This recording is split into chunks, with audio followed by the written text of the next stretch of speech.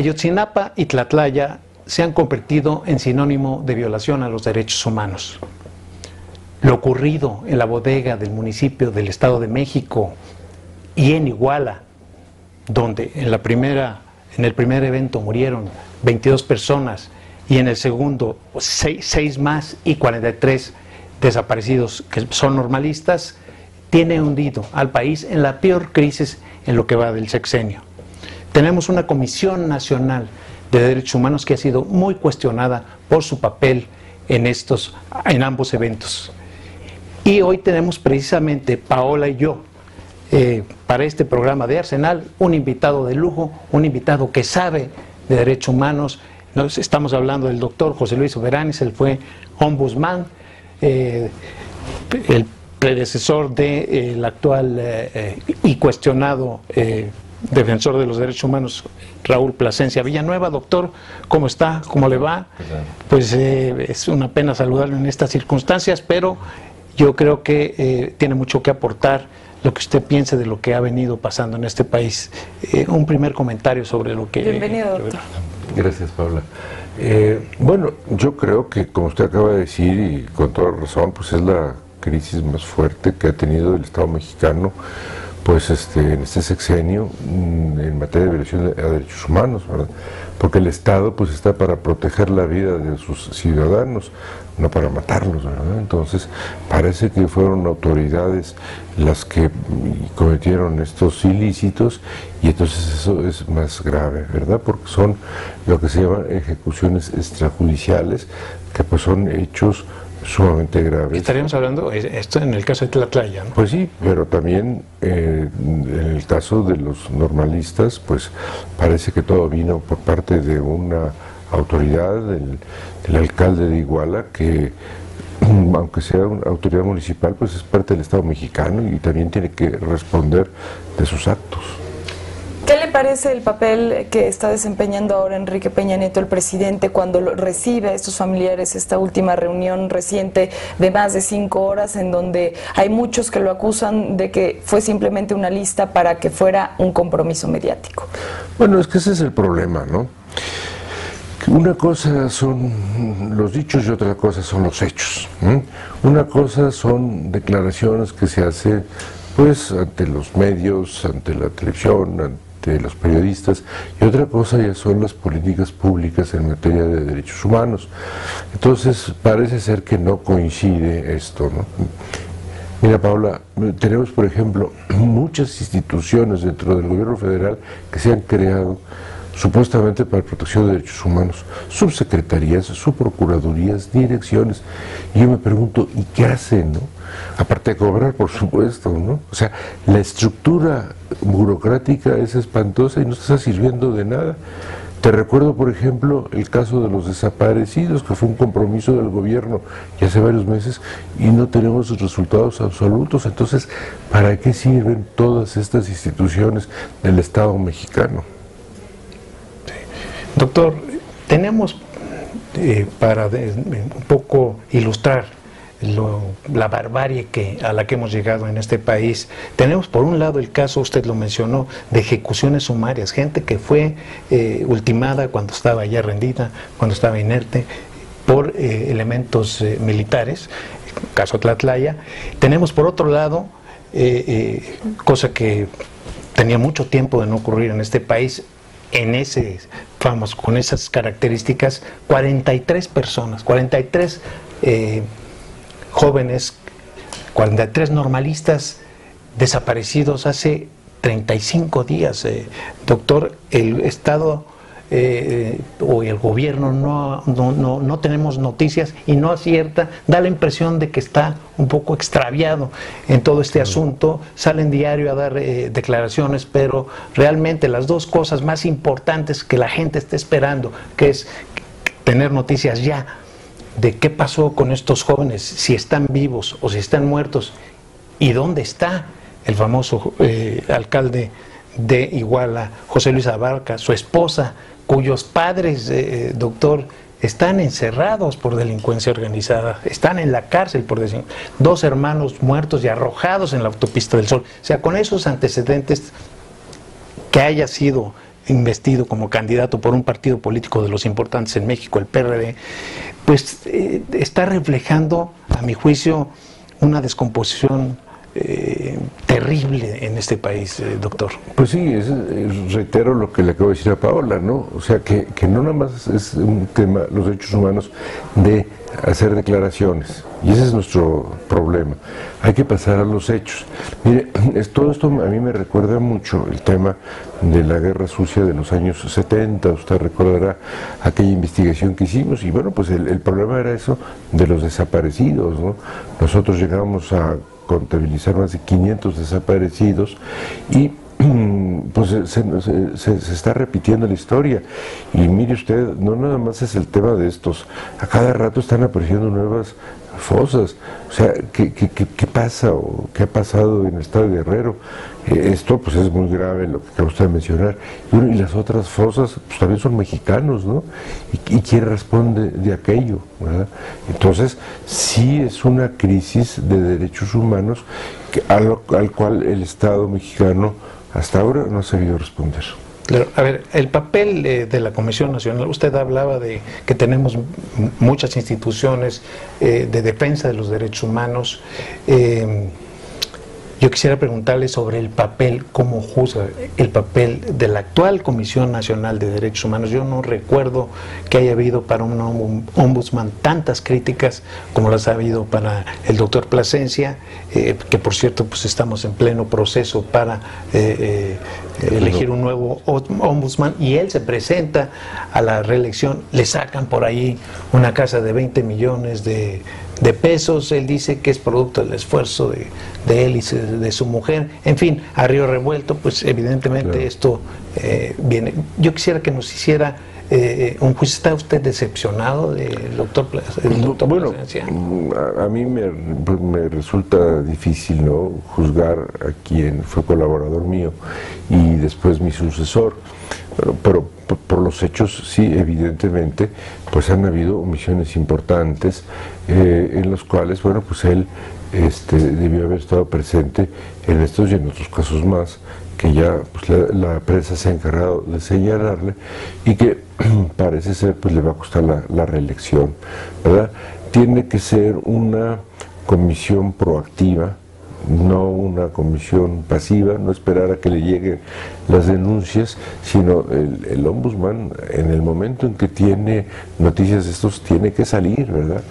Y aunque digan que es un ombudsman protagónico, pues que fue, por ejemplo, en ocasiones que me acusaron a mí, que era yo muy protagónico y me volví el ombudsman incómodo, bueno, pues yo preferí ser esto a no ser el ombudsman cómodo, ¿verdad?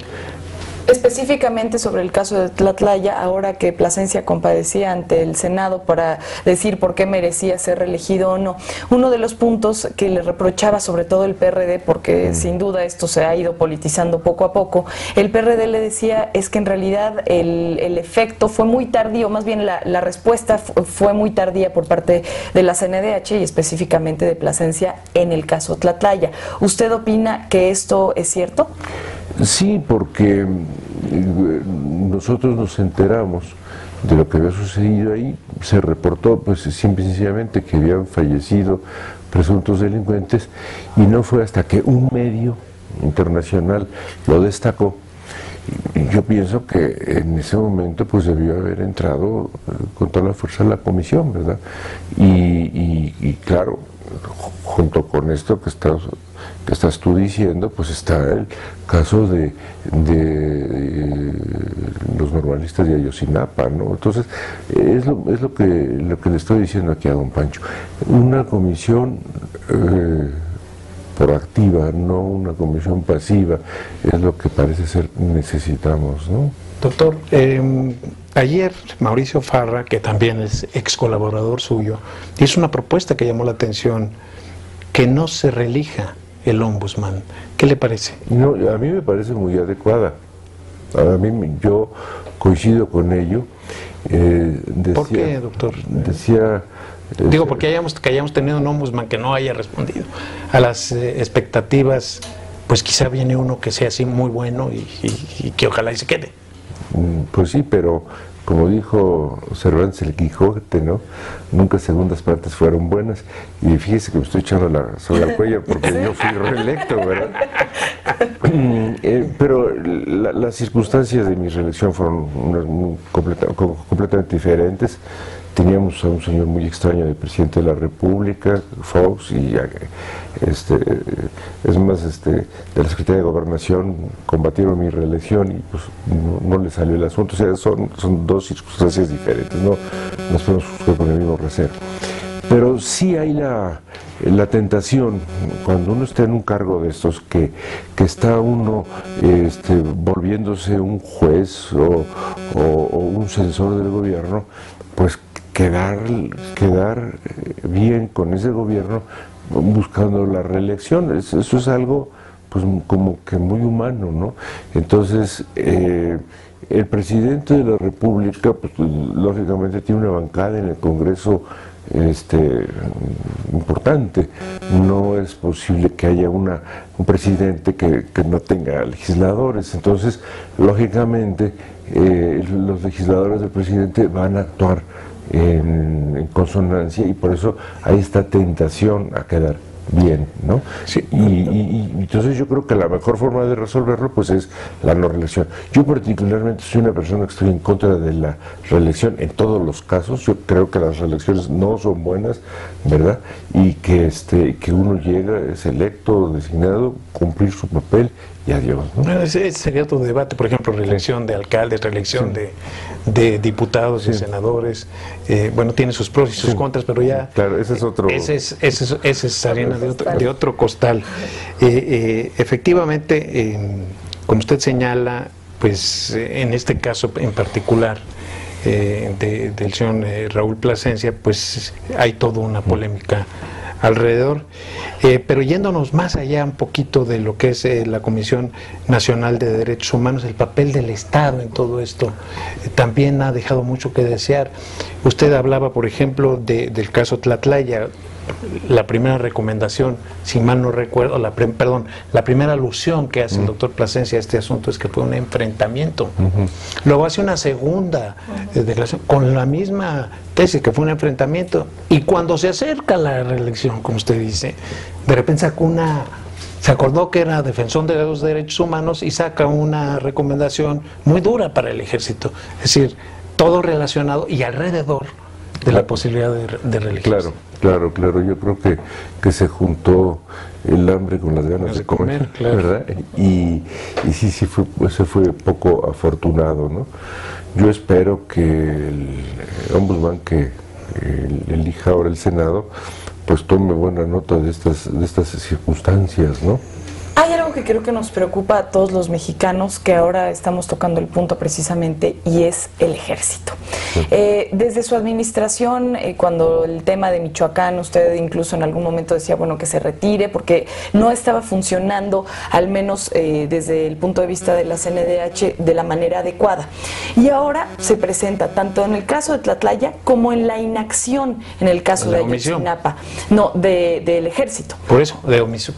Exacto, está ahí. El 27 Batallón de Infantería está en Iguala. Sí, y están a escasos 5 o 10 minutos y no llegan, ¿no? Entonces, bueno, en ambos casos el ejército viene a colación y de una manera pues no grata para los mexicanos, y siendo estos dos ejemplos, pues no queriendo generalizarlos, pero preguntarle qué hacer en materia de derechos humanos con el ejército para que vuelvan a formarse y pues los mexicanos podamos confiar en una de las instituciones en las que más confiábamos, y ahora nos las arrancan de las manos. Mira, Paula, aquí es un problema muy complejo. En primer lugar, en México no se ha sabido o no se ha querido preparar policías. Hay veces que los meten en una disque academia 1 mes o 3 meses y salen sin ninguna preparación, los habilitan pues de policías. Vemos que hay países donde un policía se le requiere años, como por ejemplo en España, preparándolo. Tienen ellos un orgullo, un honor de ser policías, ¿no? Aquí parece ser que los policías son delincuentes con uniforme. Hay una total desconfianza de la policía, pero con justa razón, y además no solamente eso, sino sin preparación, sin formación, sin capacitación.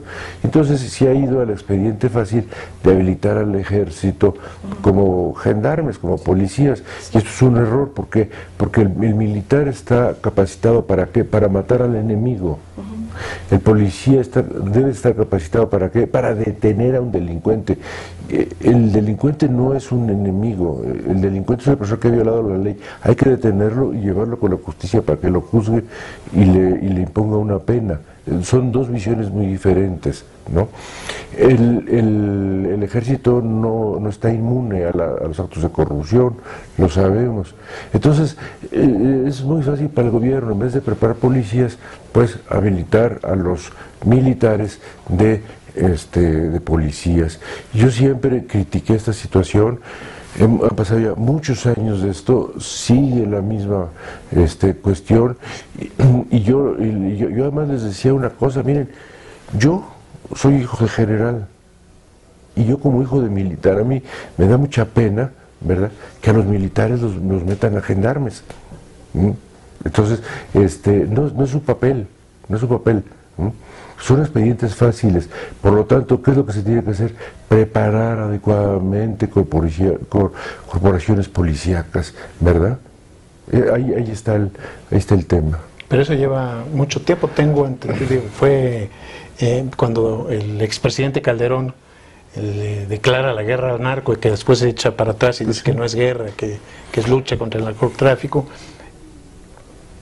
Y por lo que estamos viendo ahora, pues las policías municipales, que son muchos miles, cientos de miles, pues hemos visto esta colusión entre autoridad y policías a nivel local, que están completamente, entonces meten a la Marina, meten al Ejército, que son los únicos que tienen elementos suficientes un poco para enfrentar esta situación donde los narcos efectivamente hacen que partes del territorio nacional ya no sean controladas por el Estado, que están controladas por ellos. Entonces, sin embargo, no tienen esa educación, no están educados ellos para ser policías. Alguien me decía, están educados para para matar, para la guerra, para hacer la guerra o para los desastres y tal, pero para esta labor no están.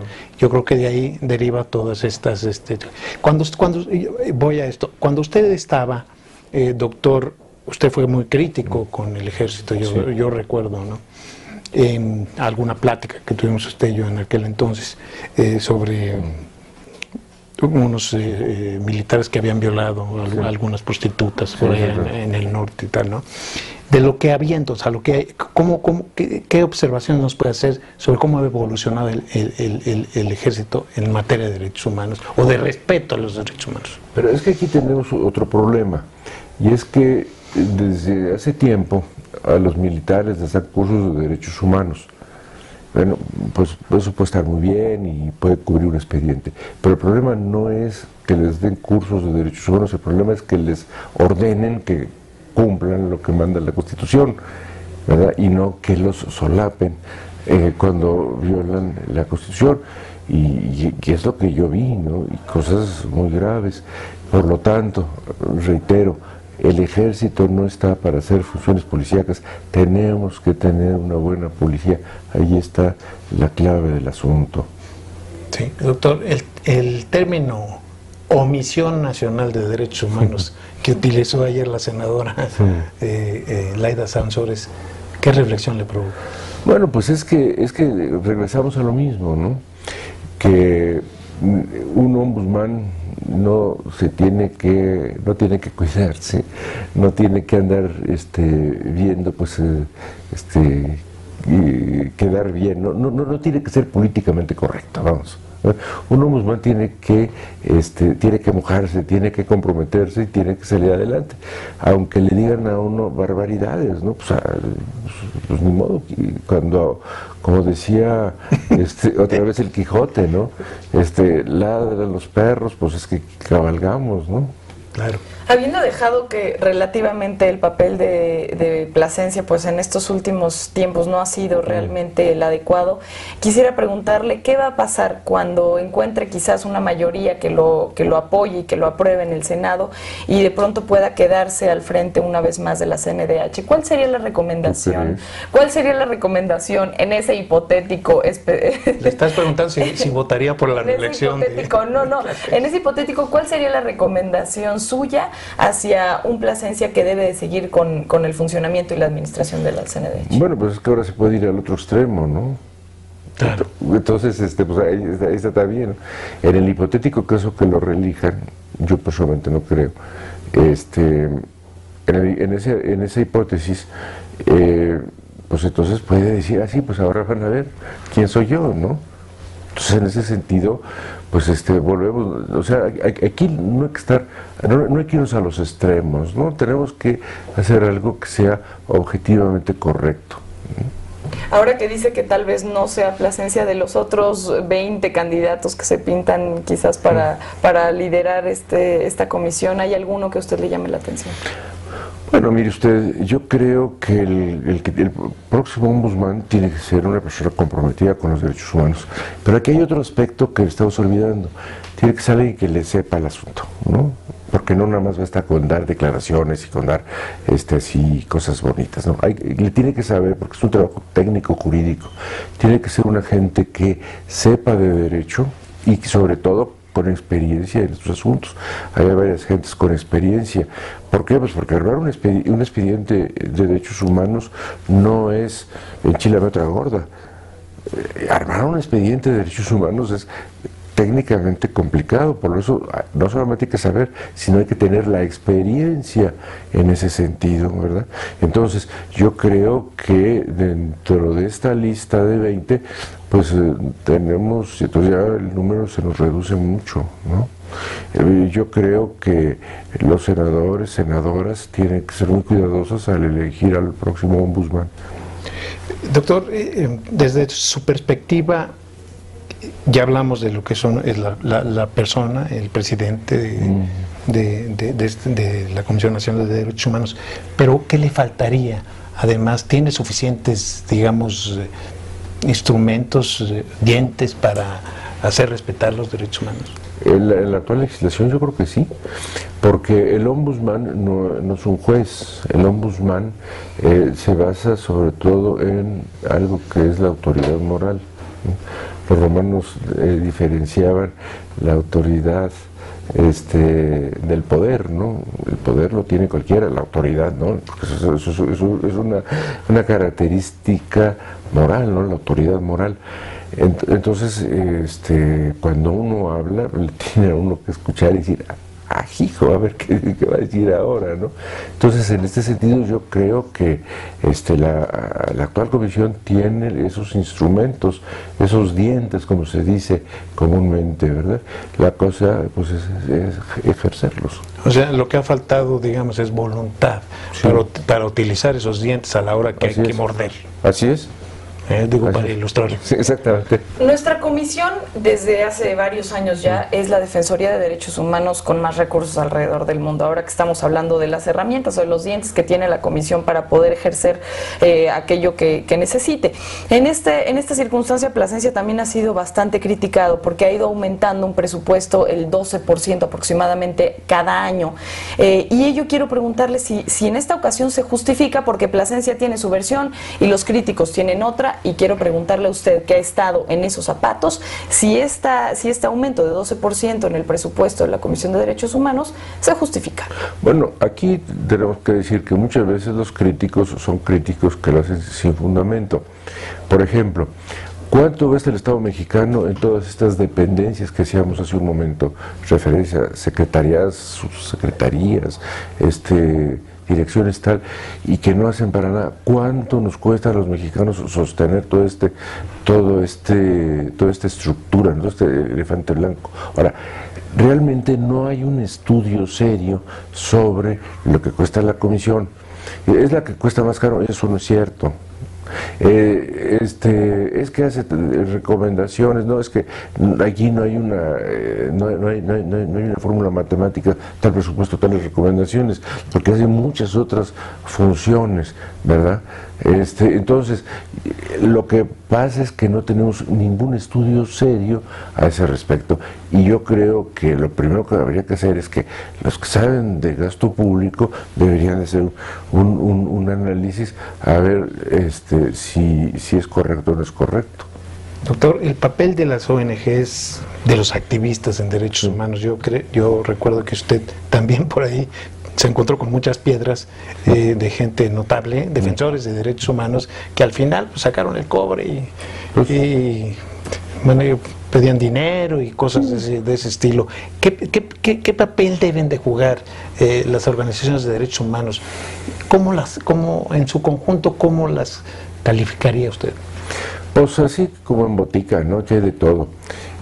Yo conocí organizaciones no gubernamentales, sobre todo en el interior del país, muy dedicadas, ¿no? Muy generosas, muy trabajadoras, y que no andaban buscando el lucimiento, ¿no? Otras muy centaveras, ¿no? Que andaban nada más buscando los subsidios, sobre todo internacionales, y luego pues no les daban cuentas a nadie. Entonces, aquí es de todo, ¿no?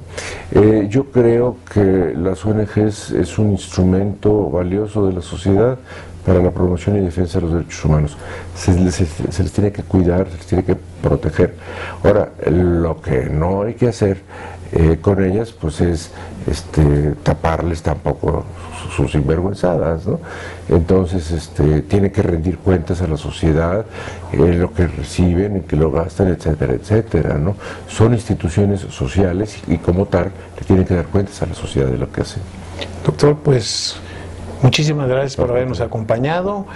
Paola, pues gracias una vez más. Media hora, y lo sabe, la cita, la próxima, el sábado que viene.